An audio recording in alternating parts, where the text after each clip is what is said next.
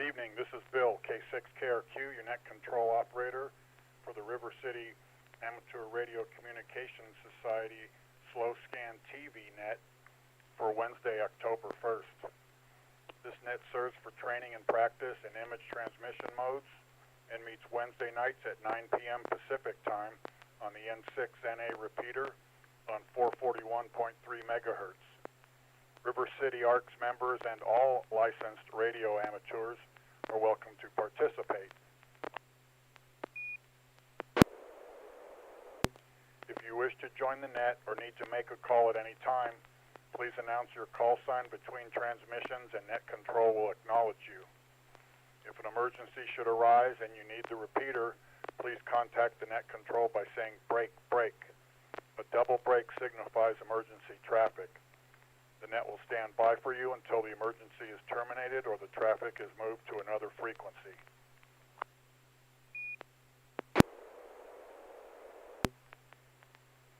Stations who wish to check into the net are asked to respond with their full call sign using the recognized ITU phonetic alphabet and their name. I will recognize each station before continuing.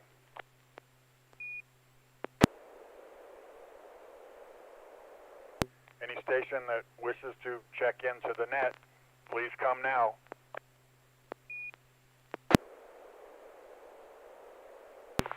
KM6 Delta Victor Tango. November 6, Papa Golf, Quebec, Bob in northmost Roseville.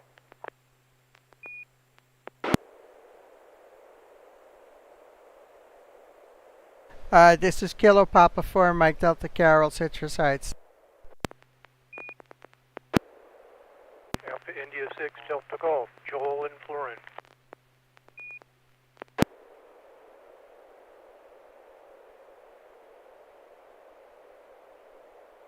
All right, I got a fair amount there. First, I got Kilo Mike 6, Delta Victor Tango. Can you give me your name again, please? Your name is Jim. All right, Jim, I got you. Welcome to the net. Good to have you. I also got Bob in northmost Roseville, N6PGQ. I got Carol, KP4MD.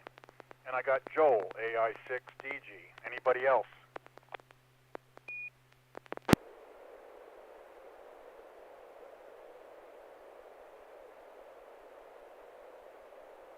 Okay, no more heard. We will make another call in a little bit. I don't see anybody chatting in on YouTube yet. So I'm going to ask Jim, KM6DVT, if he's ready to transmit. All right, I'm ready. Here goes.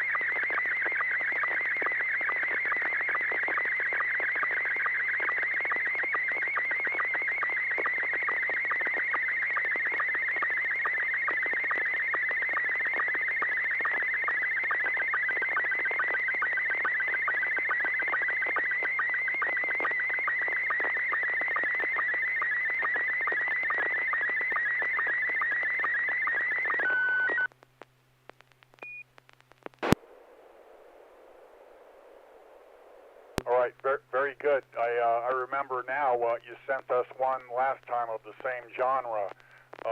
So we're going to go roundabout for commentary now. First up for commentary is Bob, N6PGQ. Go ahead, Bob. Okay, well, the quality is really pretty good. Quite a few pixel pops, but nothing objectionable. It looks like we have a model train layout. Down in the very front right corner, it looks like a piece of standard concrete, and the tracks going across a trestle, and it looks like a, I don't know, some kind of a walkway and trees around it and everything. If it's HO, it's a really nice setup. So I'll be interested to find out what it is, N6PGQ. All right, very good. Thank you, Bob. Let's go to Carol, KP4MD. Go ahead, Carol. Okay, yeah, this is KP4MD. Yeah, I saw the railroad tracks, and then that bush over to the right side looked they were very small in relation to that, and then you see these look like wooden horses that the railroad track is set on. Yeah, so yeah, and I don't know if that's a cinder block in the foreground. Kind of looks like it. Yeah, this is a midget railroad. Really nice. Looks really cute. And by the way, Ken March, KF6AGM, is following us on YouTube live chat. Unable to get on the air. He says he discovered that his new radio is a counterfeit from China, and he's going back saving up for getting another used dual band radio. So sorry to hear that, Ken. Wow, that's just discouraging a little bit. So back over to you. Band radio. Pretty good. That's something else. Over to you.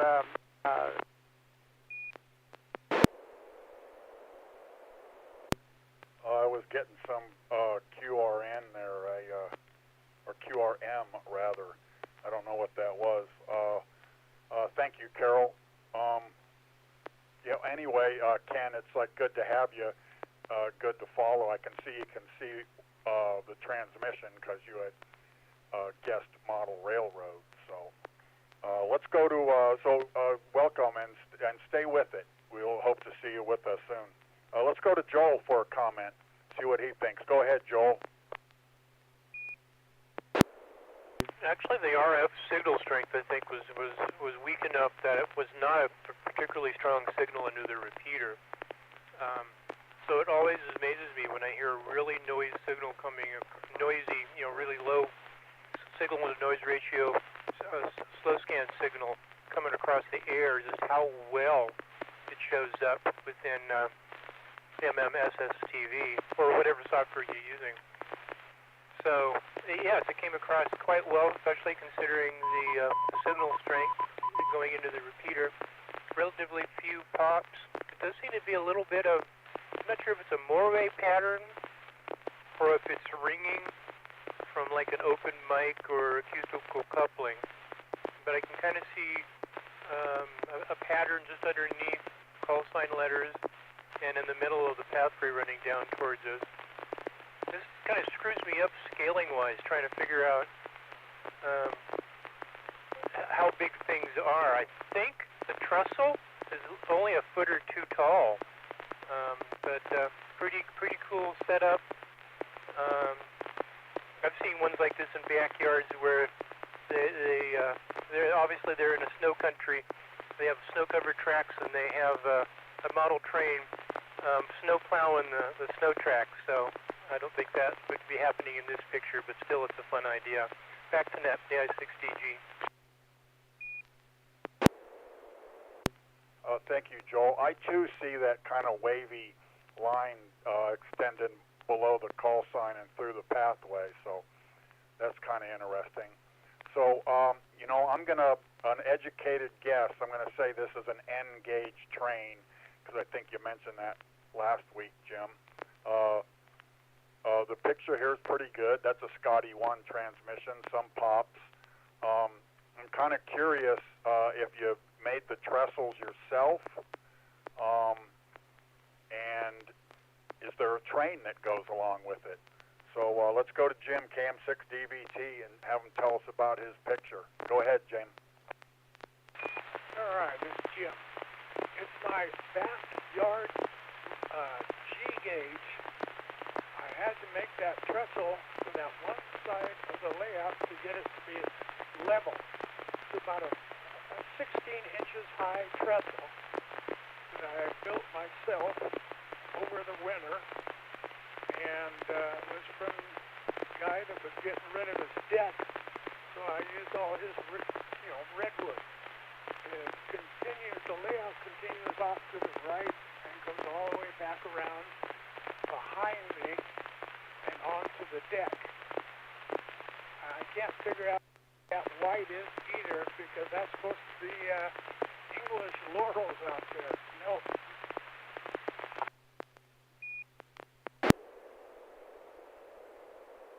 Oh, it's G-gauge, yes.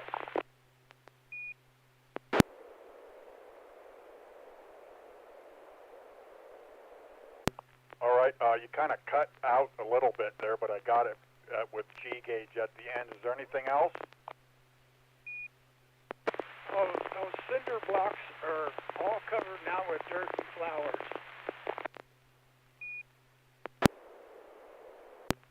Oh, I would assume the cinder blocks were the base for the landscape around the tracks, correct? Yes, it's to bring the track high enough so it's level with the far side of the track. All right, very good. You know, I'd like to make a model train layout in one of these bedrooms I've got here, but my wife's not so hot on that idea. Maybe I can work it out. So anyway, some rolling stock. So, all right, very good. We're going to move next to Bob in Northmost Roseville, N6PGQ, and see what he has for us tonight. You may fire when ready, Bob. Okay, this is N6PGQ. This is PD 120.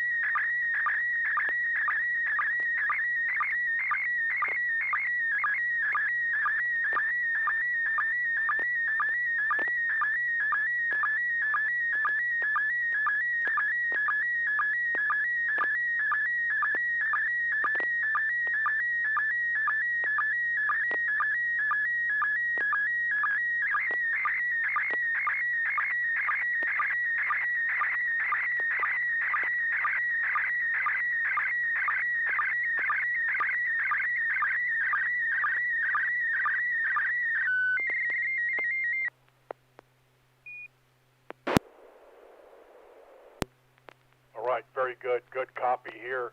I can make out the name of the speedway on the leaderboard and the ads along the side of the track. So good transmission, Bob. Let's go to the top to Jim, KM6DVT, to see how he got it and his commentary. Go ahead, Jim. All right.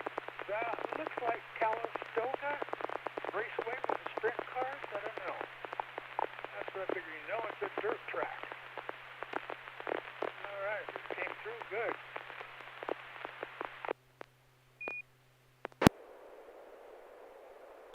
All right, very good. I'm betting we got equal reception. Let's go to Carol, KP4MD. Go ahead, Carol.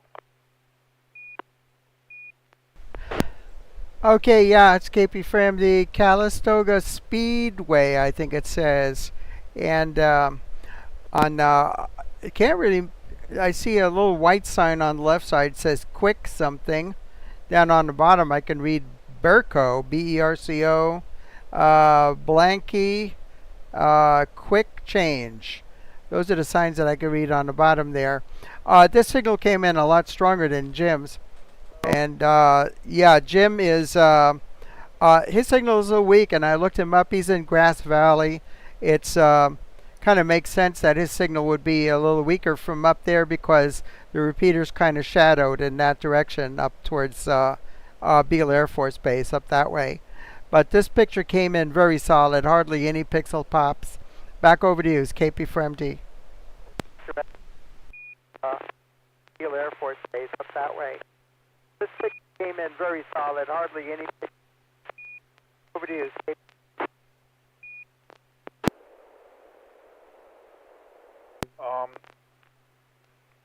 You know, that's awfully odd. I seem to get like a recording of your transmission.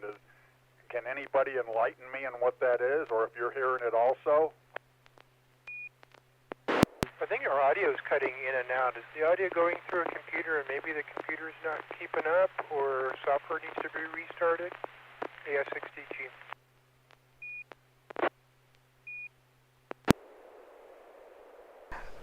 Yeah, I'm talking through a computer. That might be the problem. I'll have to see what's going on.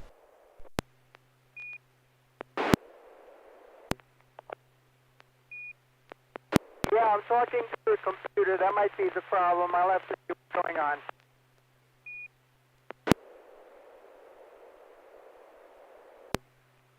All right. Thank you, Carol. That is kind of interesting. You know, if Jim's coming from Grass Valley, that makes it kind of impressive. He can do as well as he did. Let's go to Joel. You can comment on the picture now.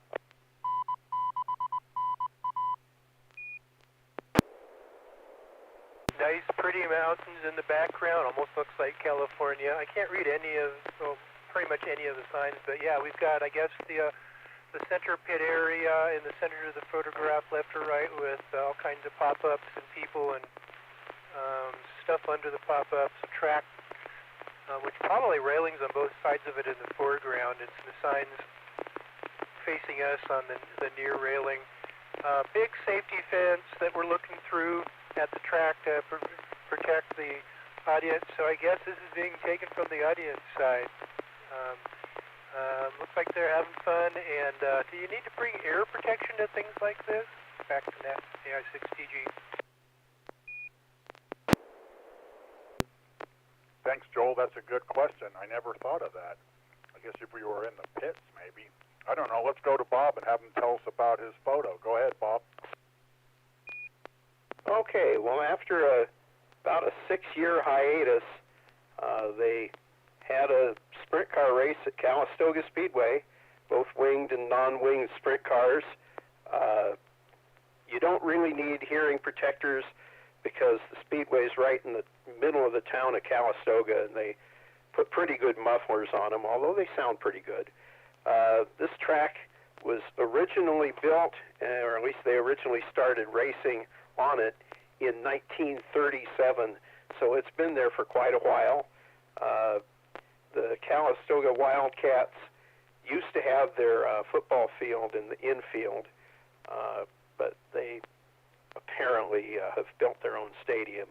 So anyway, the city of Calistoga now owns the fairgrounds instead of the county, so we are all keeping our fingers crossed that you can still have races there. There was one this year, and there's supposed to be 3 or 4 next year, so it's a nice trip. It's the prettiest track ever, as you can tell from the background, and the races are good. N6 PGQ.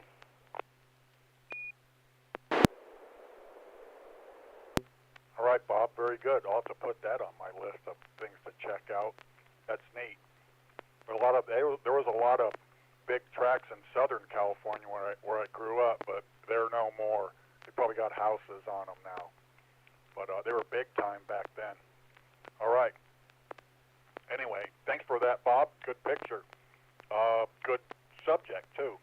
Let's go to Carol, KP4. Well, before I do that, I'm going to see if anybody has come along that would like to check in. Anybody like to check in now?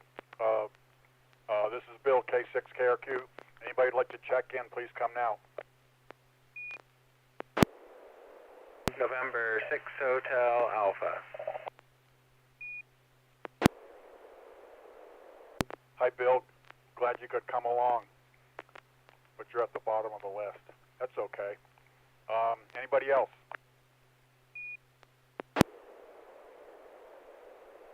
All right. It's going to be Carol's turn. Carol's KP4MD. If you're ready, Carol, send away.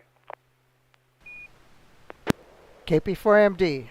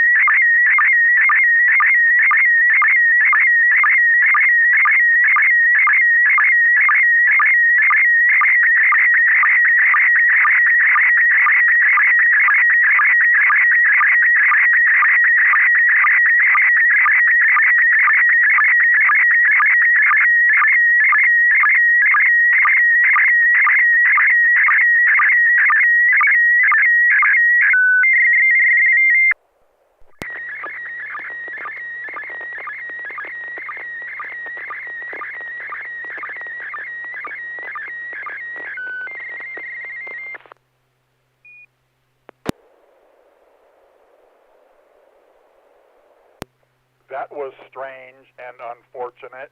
I don't know if anybody was looking quick enough to comment on it. I can, but we're going to go to Bill first. You get to comment first for coming along. That's N6HA in Roseville. Go ahead, Bill. Yeah, thanks. It's good to be here. Yeah, I got the photo. You can actually go to the History tab on MMS TV if you're using it, and you'll be able to see the photo as it was sent. I did get that weird, maybe an eighth or tenth of a photo afterwards. That seems like to be on a delay. But yeah, this looks like the Capitol building downtown. the ARL logo on it. So I'm wondering if this is a QSL card or part of it for that event you guys did a few weeks ago, which I couldn't go to because I had work. But yeah, it's pretty neat. And yeah, a few pixel pops, but otherwise good reception here. N6HA. All right, very good. I forgot about the history thing, so I went back and got it. Let's go back to the top. KM6 DVT. That's Jim. Go ahead, Jim. Yeah, this is Jim. I didn't get it on Slow Scan TV program, but it came through on the YouTube channel.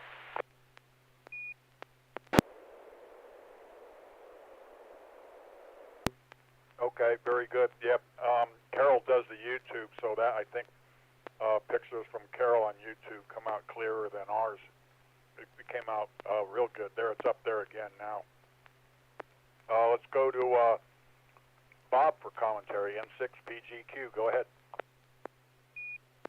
Well, it disappeared from mine, and I haven't found history yet.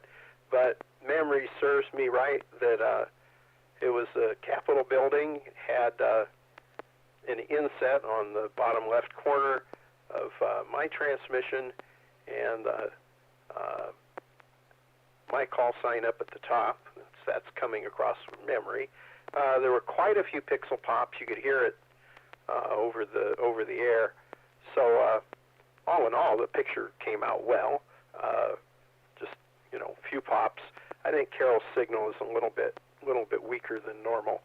So anyway, that's my comment. N6PGQ. All right, very good. Thanks, Bob. Let's go to Joel, AI6DG. Go ahead. Yeah, that was weird at the end. It looked like it repeated the last little bit of the image twice.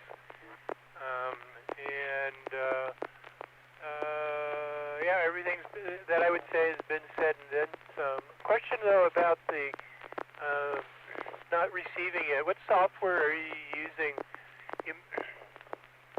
If it doesn't have an auto mode where it automatically senses the mode, you may have to set the mode that the person is sending it in, and we typically tell that mode before we send it. So just FYI and a little more info. Back to net, AI6DG.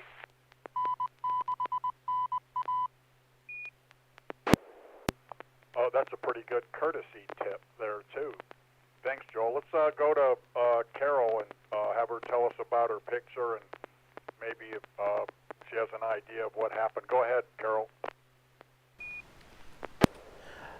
Yeah, okay, this is KP4MD. I'm not exactly sure what's going on, but I'm having some weird loop back here with some delay through the computer.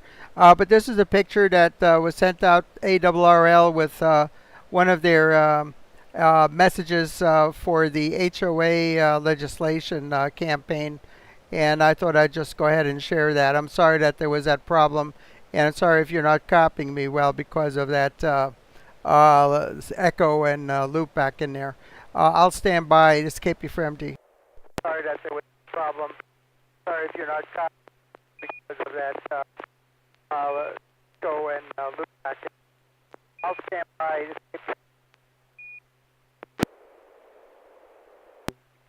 Thanks, Carol. Yeah, I'm still hearing a loop of your dialogue, and when it's looping back after you're done, it cuts in and out. So, interesting.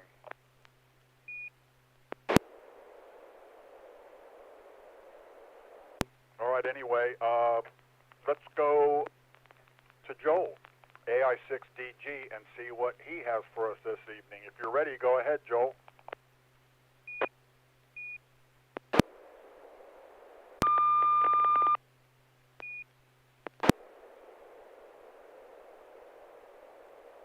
Tone.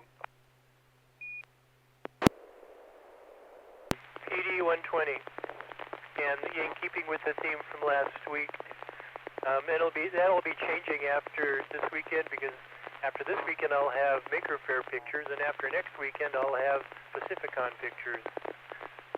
PD 120. 1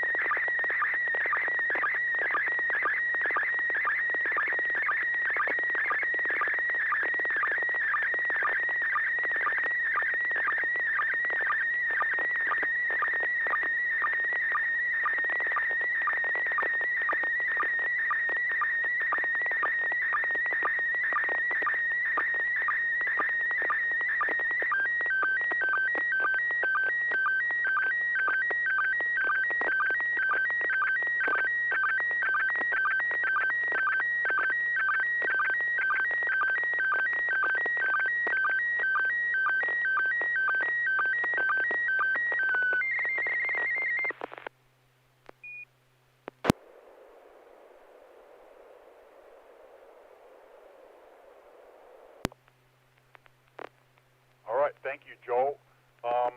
Let's go to Bill, N6HA, for first comment again. Go ahead, Bill.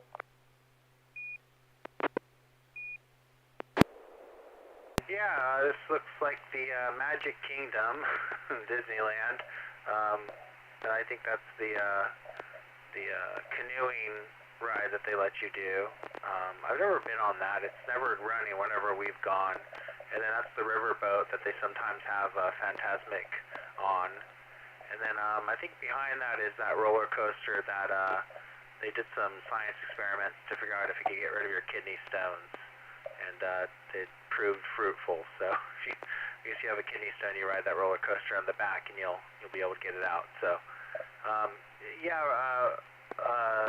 it was a weak audio, so there's a lot of pixel pops on the photo, but I could still make it out, and I'm pretty sure this is Disneyland. And this kind of goes in line with what Joel's been sending lately. N6HA. All right, very good. Thanks, Bill. Let's go up to Jim, KM6DVT. Yeah, this is Jim. That's the Matterhorn in the background. Yeah, that's Disneyland. Nice place, but can't afford to go there. A lot of pixels, too. All right. Thank you, Jim. Let's go to Bob, N6PGQ. Go ahead. Yep, looks like Disneyland to me. It's got the paddle wheel steamer that rides on a track, obviously, and good picture, quite a few pixel pops, and I'm just wondering if they still have the Jungle Cruise there and shoot blanks at the alligators. But anyway, good picture. I'm sure someone had a really nice time at Disneyland. N6PGQ. All right, thank you, Bob. Let's go to Carol, KP4MD. Go ahead, Carol.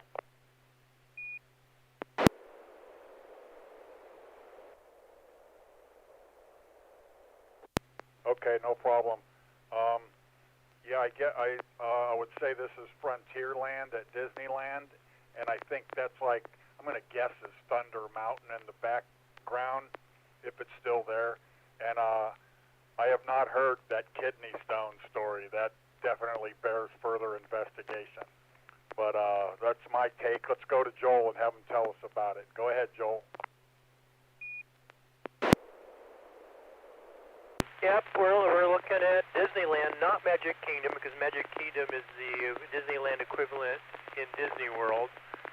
That's not Matterhorn in the background. It's one of those mountains, Splash Mountain, Thunder Mountain. I get those mixed up, and that's not a ride I actually ended up going on. But this was a nice shot, and I took a few pictures of this. It's nice to see the riverboat and the canoes going at the same time. You know, I've never done that canoe ride either, nor have I even ever been out to Tom Sawyer Island. I really need to do that sometime. Next trip I'm down there, maybe. Yeah, and definitely I had a lots of fun. I was there 4 days. Took a week, 1 day to drive down, 4 days down there doing both Disneyland and Disney California Adventure, and then another day driving back. And some of those were very long days. I didn't spend all day every day in there, but there's try going from 8 all the way up till 11. That would be the full day. But and it may seem like 4 days is a long time, but it's been like 30 years since I was last down there, so there was a lot of changes and a lot of new stuff to see. And fortunately, even though 3 of those days the riverboat was not running, they did run it on the Friday, the last day I was there, so I got to see Phantasmic with the riverboat running and everything. And it may be on a track, but it's a real steam engine and Steve-driven paddle, so I don't know if that's the only motive force, but there is an aspect of it that's real. Same with the trains. Back to net, yeah, 6DG. All right, very good, Joel. That's kind of interesting. It's still got a steam component about it. So, good deal. We're going to go now to, well, I'm going to try one more time for any check-ins. If anybody's come late, this is Bill, K6KRQ. Any late check-ins, come now.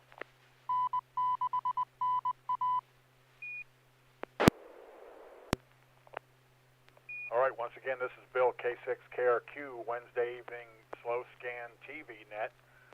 We're going to take it back to Roseville, and that's Bill, N6HA, if you're ready for us, Bill. Yep, this is going to be PD 120 N6HA.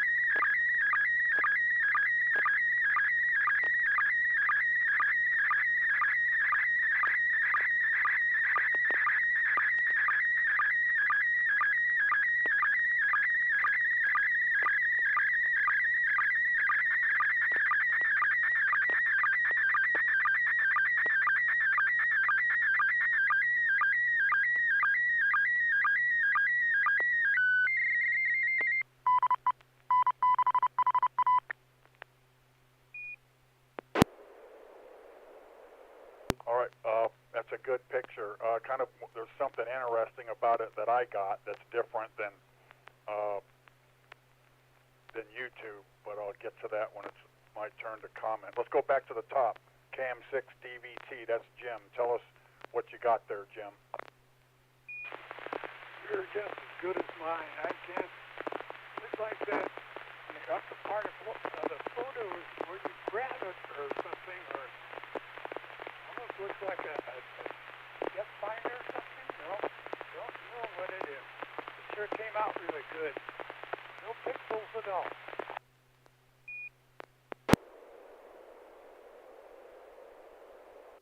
All right, thank you, Jim. Let's go to Bob, N6PGQ.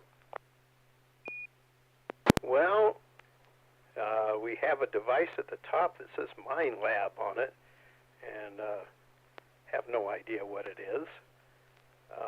And then down at the bottom, we have a device with a antenna screwed into the side and a waveform at the bottom, and I don't know what it's measuring. So it's going to be interesting to find out. And the model is an Ultra. So anyway, what the heck, N6PGQ. All right, thank you, Bob. I'm going to give Carol, still give her a break. Let's go to Joel, AI6DG. Yeah, my first thought, it's a nano VNA, because they look very much alike, but it's not a nano VNA, it's a tiny SA. So this is a spectrum analyzer, which also is in keeping with the display, because that's not a Smith chart or an SWR chart, that is a spectrum analyzer frequency analysis. And what it's picking up, I don't know. I can't read what frequency it's at. I don't know what the MindLab is unless it's a signal source of some kind for the spectrum analyzer to chew on. But those are cool too. Those are a bit expensive, a bit more expensive as I remember. Anyway, back to net, the S6TV. Before I make a comment, let me see if Carol's okay to speak. Are you doing all right, Carol?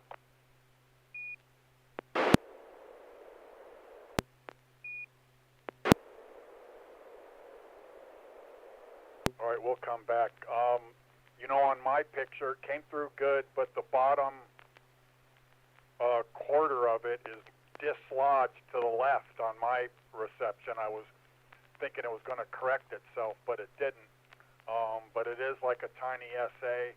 And the MindLab thing, I know they make metal detectors, but I don't know what that instrument or part thereof is. So we're going to go to Bill and have him tell us all about it. Go ahead, Bill. Yeah, great guesses all around. You guys are really close. So that is a tiny SA spectrum analyzer, and it's sweeping from 1 kilohertz to 16 kilohertz, which is actually kind of difficult for this little thing to do. It's not really made, I think, to go that low in frequency. It's a little more happy if you go in the megahertz range. So the thing above it, though, the MindLab is it's called a pinpointer.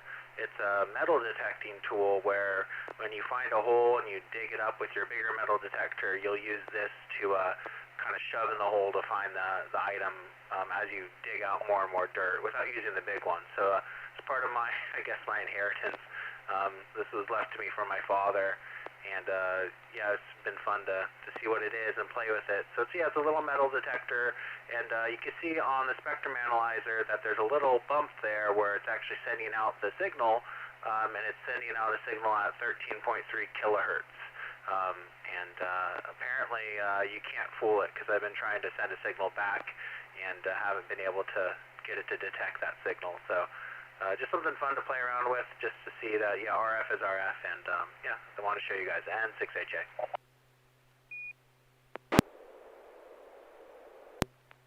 That's rather interesting.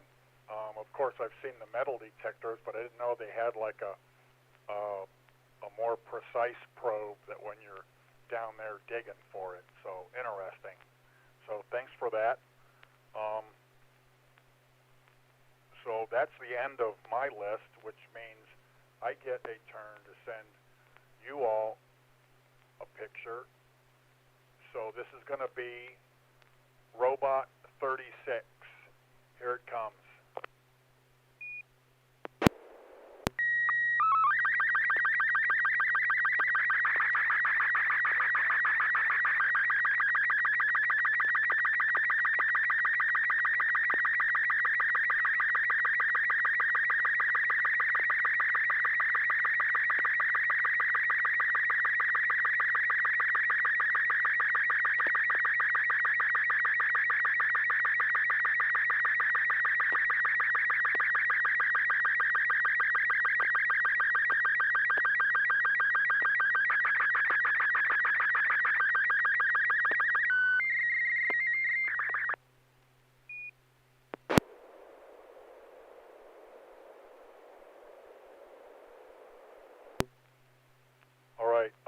You know, I see Carol did ask to be passed over, so whenever you're ready, Carol, you can just jump right in.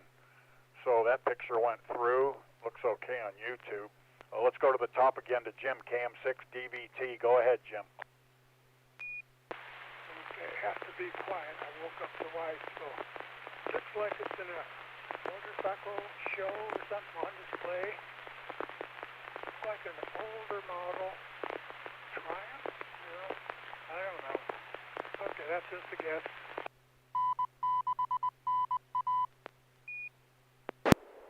All right, very good. Let's go to Bob, N6PGQ. Go ahead, Bob. Well, I'm just going to throw a guess out there. And you know mine, they usually aren't quite right. But this looks like it's a historical diorama of perhaps Evel Knievel and his motorcycle, perhaps at somewhere in Las Vegas where he's jumping a couple of buses or a pool. Maybe it's Caesar's Palace. N6PGQ. All right, somehow I think that was a little bit more than an educated guess. Let's go to Joel, AI6TG. Go ahead, Joel. Yep, I agree with the last statement, although I'd add maybe a museum somewhere. But yeah, a display of a motorcycle and that Evel Knievel used to jump in something someplace. It does kind of look like a diorama, though. When I first thought it was probably a toy at a toy store on the shelf somewhere, but the scaling, you can't really tell what the scale of this is, but from the edges it looks like it's probably in a building, full-size museum or something like that. Back to net, AI6TG. Oh, wait a minute. It's fairly low resolution, but I wonder if that's contributing to what I see of as a moire pattern, particularly around the motorcycle itself. I can see the moire you're talking about on YouTube, so, not something I can see from here, so I'll bet everybody got that. Let's go. So thanks for that, Joel. You're pretty much on track, too. Let's go to Bill, N6HA. Go ahead, Bill. Yeah, I think I agree with everyone that this is a diorama or display at a museum. I do see on the bottom Evel, and then I think the last couple letters of Knievel, so I'm pretty sure that's Evel Knievel's Harley. Stars and Stripes, which is very on brand for him. I can't really read anything else. I do see a picture of someone in the top right. It's probably him. But yeah, that's pretty neat. It is interesting that he would do a lot of his stunts with Harleys, which are pretty heavy bikes. So yeah, he was a daredevil. But yeah, it was interesting. The moire pattern and the doubling. I actually heard the audio pretty clearly as you transmitted, Bill. So I wonder if there's something with your audio setup that might be triggering this weird effect. And 6HA. Thanks, Bill. I don't know what it could be. I transmit at, well, now it's at 11 watts. My finger must have hit the button of the knob because I had it at 10. But anyway, you guys are right. It is Evel Knievel's bike. It is the real thing. This was on my trip back to Washington, D.C. It was in the Smithsonian in the Air and Space Museum, just like that picture of Richard Petty's car, because there was a big exhibit there about speed. So it wasn't only aircraft, it was, other things too. So Evel Knievel was like huge when I was a teenager, and the toys and everything like that. But yeah, he was a kind of a big deal. So you guys were right on that. So I'm going to go back and check with Carol and see how she's doing. If you're still with us, Carol, are you doing all right?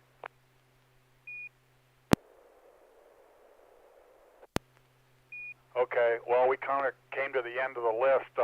It's about 10 minutes before the top of the hour. If anybody's got anything else, come forward.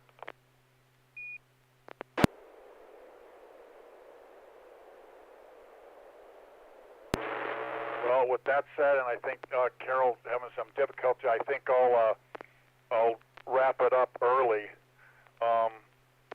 So before I close, does anybody have any closing comments, questions, or other burning desires? Comment? N6TV question? Okay, I got a comment from Bill and a question from Jim. Let's go to Bill first for the comment. Yeah, for this group, you should just let everyone know there's a SSTV event starting up soon for Eris, so the International Space Station. They'll be sending down PD-120 images 6 of them. Usually they do 12. But it's going to start Friday, October 3rd.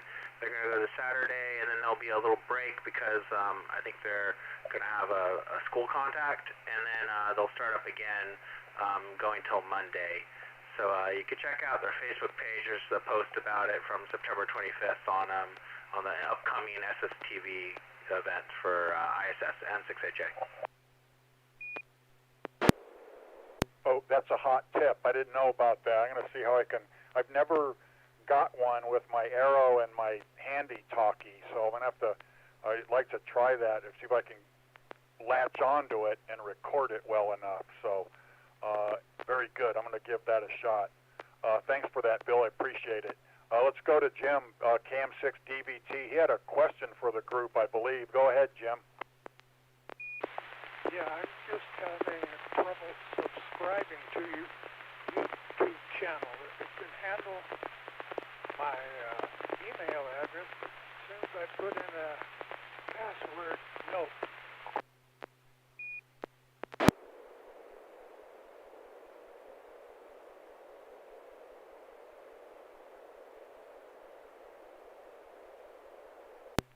Jim, you're going to have to come back again. You dropped off, and I wasn't sure what you were getting at. Question? All right, hold on with question. Let me see if I can get Jim back. KM6DVT, K6KRQ. Yeah, this is Jim again. I'm having trouble subscribing to the YouTube. It will take my email address, but not my password.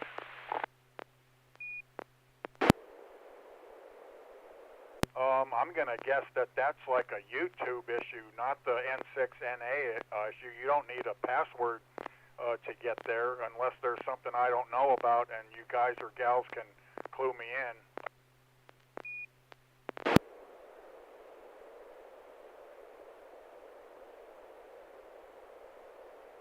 Yeah, Jim, I think that's something to do with your YouTube account, not the N6NA channel on YouTube itself.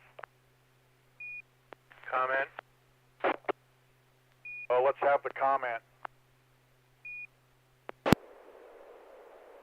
Actually, comment/question, because I agree with you. Once you have created a YouTube account and are logged into YouTube, you just click on subscribe, and you're automatically subscribed to that channel. So just to verify, are you creating an account on YouTube? Is that where it's not taking your password?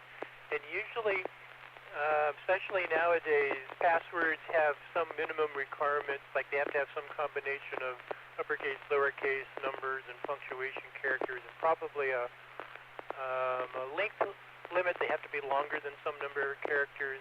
In many cases, you can't use normal words. It almost has to be random. Back to that AI6DG. Thanks, Joel. Did that make any sense to you, Jim? Yes, I did for sure. All right, thank you. All right, whatever happens, stay with it. We like having you, and I, for one, want to see more trains. So, good show. Like I said, we're glad to have you. So, that said, any more questions?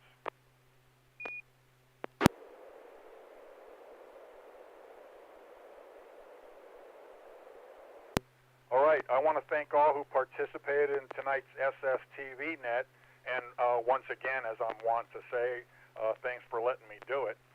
We hope to see you again next Wednesday at 9 p.m. Pacific time, here on the air or on YouTube. The net is officially being closed at 9:57 p.m. This is Bill, K6KRQ, wishing all of you a good evening. 73.